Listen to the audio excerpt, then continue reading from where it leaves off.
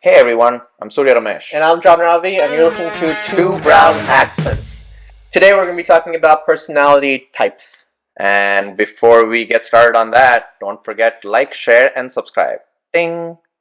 Okay, John, what are personality types?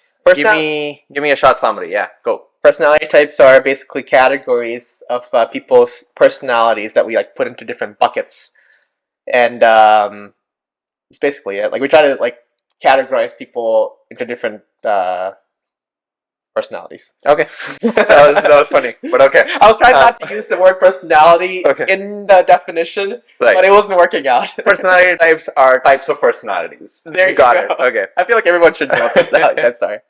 Are there multiple tests? Is there one you prefer? Yeah, so personality tests are basically tests you can take to determine what personality types you are, and there are multiple tests. But the one I'm most familiar with is the one that I was introduced to when I was in AP psychology class in high school, the Myers-Briggs test. Okay. So the idea with that is that there's 4 different categories, and there's 2 options for each category. So you have a total of 16 different personality types you can be in. And just very broad definition for each one. There's in the first category, there's either extrovert or introvert, and then there's sensing versus intuition. Sensing is basically people who live in the present and take in information, whereas intuition are people who focus on the future and possibilities. Right. Okay. Thinking and feeling. Thinking is people who are more logical. Feeling is people who take in emotions and determine stuff. Last one, the most confusing one, is judging and perceiving. Judging, by definition, is people who prefer structure and schedules, whereas perceiving is people who want flexibility and spontaneity. Okay. Yeah, I mean, I am very familiar with Myers-Briggs personality test as well. Yeah. Except for the judging and the perceiving parts, which is I have different definitions because I never understood what judging and perceiving. What's your definition of judging and perceiving? Okay, this is 100% wrong, but this is what I believe in. Judging is when you judge people as soon as you see them, versus perceiving is you just figure things out as it goes, something like that. Judging is just like prejudice versus Judging is just I see this guy, I assume, I talk to you for a few times and I'm like, okay, John seems a little extroverted, or John seems like he makes rash decisions or stuff, right? Like, I judge you. Obviously, over the course of time, you might change. Like, I might see you not do those things. And fair enough. Yeah. So that's I understand, but that's not the definition of Myers-Briggs at least by Google. Okay. Exactly what I said. You haven't changed the idea in my mind, though. Okay, that's what I want to say. Fair enough. But do you have have you taken Myers-Briggs? Do you have a personality type that you got? Every 2-3 years, once I do take the Myers-Briggs personality types. I am an ENTJ. Me too. I'm also ENTJ. Nice. I can see that. Yeah. I mean, we get along pretty well. Fair enough. Okay. I mean, but do you think personalities can change significantly over time?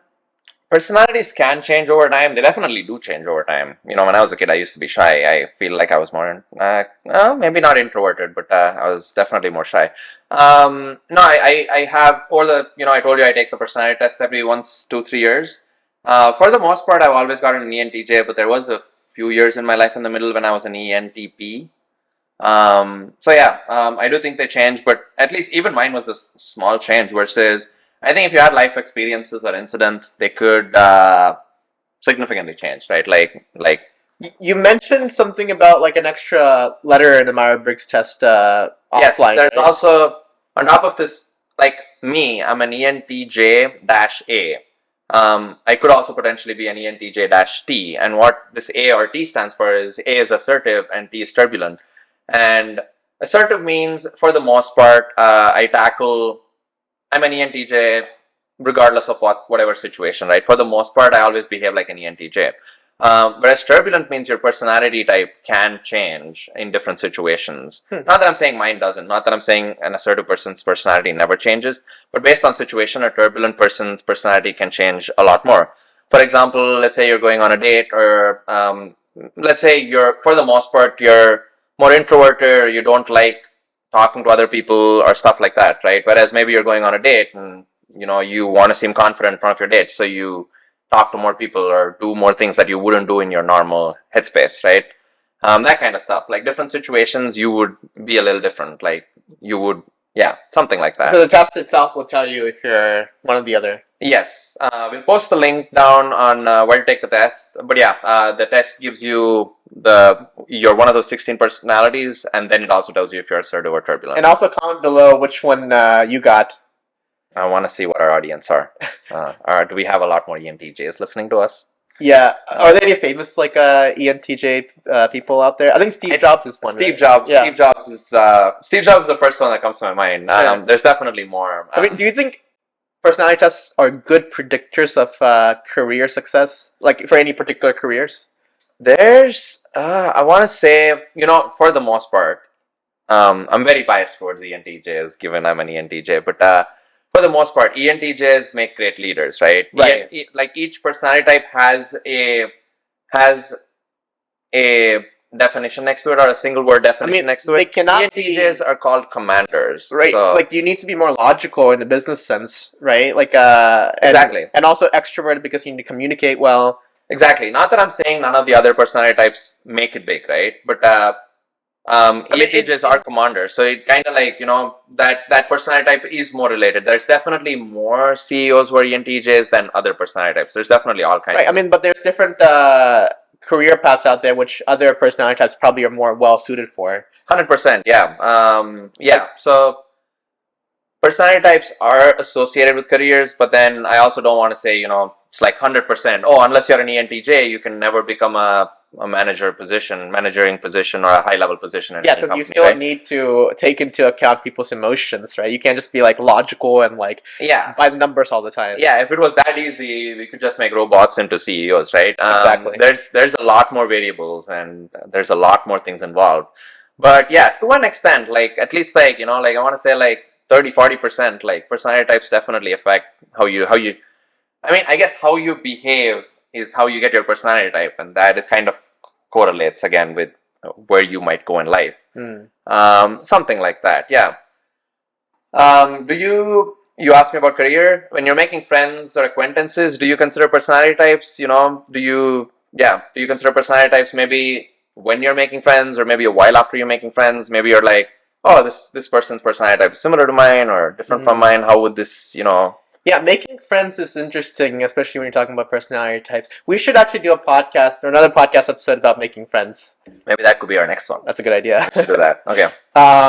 But I don't think like I take it into account consciously, right? Maybe subconsciously we use the word vibe to describe this. Yeah. Like maybe my personality type and like someone else's personality type, we just vibe together. We mesh together. We communicate well.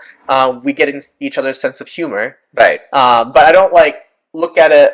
I don't think it's like any good function to map if one personality type will get along with another personality type. Maybe it does exist. Maybe maybe there is a correlation between personality types being friends. I just haven't seen it. Yeah. And I think maybe there might be more important factors with that, like how much time you spend together, rather than like personality types. But I do agree that there's probably some correlation there, right? Because like most of my friends are typically not that introverted, right? Most of them are pretty extroverted. At least I hang out with them more because they're more high energy. Sure. And I don't like. I also like very high energy people. Yeah.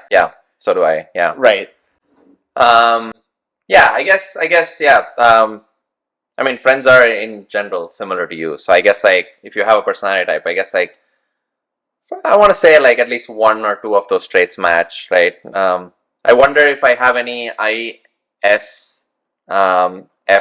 friends.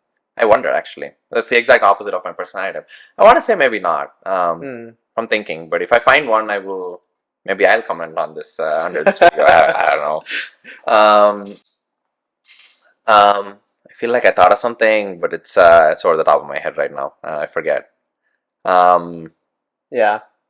Well, we're getting towards the end anyway, so we can sign up here. We can. Yeah, I don't think that was important, so we can just. Well, thank you for listening to our podcast today. Shout out to one of our 2 brown accent subscriber for giving us this idea of a new podcast style where we we have a topic of mind, but we will ask each other questions that we prepare ahead of time. Like, share, subscribe, and comment down below what you think about this this type of podcast. And see you in the next one. Bye bye.